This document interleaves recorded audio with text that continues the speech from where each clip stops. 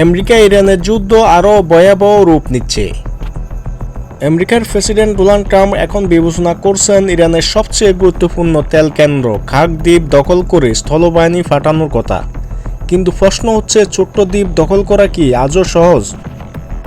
খাক দ্বীপ ইরানের উপকূল থেকে মাত্র 21 কিলোমিটার দূরে অবস্থিত, আর এখান থেকে দেশটির প্রায় 90% তেল রপ্তানি হয়। অর্থাৎ এই দ্বীপটি দখল করতে পারলে ইরানের অর্থনীতি সরাসরি বড় আঘাত হানা সম্ভব। তবে ঝুঁকিটাও কম নয়। ইরান এই দ্বীপকে ঘিরে শক্তিশালী প্রতিরক্ষা ব্যবস্থা গড়ে তুলেছে, ক্ষেপণাস্ত্র, নৌমাইন এবং আধুনিক ড্রোন সবই প্রস্তুত। বিশেষ করে বর্তমান যুদ্ধে সবচেয়ে ভয়ঙ্কর হয়ে উঠছে ছোট্ট এই দ্বীপ নিয়ে প্রাণঘাতী ড্রোন, যা মুহূর্তে বড় ক্ষতি করতে পারে এবং মার্কিন সেনাদের জন্য বড় হুমকি হয়ে দাঁড়াতে পারে।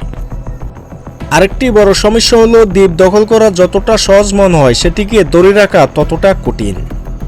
ইরান যদি পাল্টা আক্রমণ শুরু করে, তাহলে এই সংঘাত দ্রুত দীর্ঘমেয়াদী যুদ্ধ রূপ নিতে পারে। বিশ্লেষকরা সতর্ক করেছেন, খাক দ্বীপ দখল করা মানে যুদ্ধ শেষ নয়, বরং এটিকে মধ্যপ্রাচ্যে যুদ্ধ ছড়িয়ে দিতে পারে।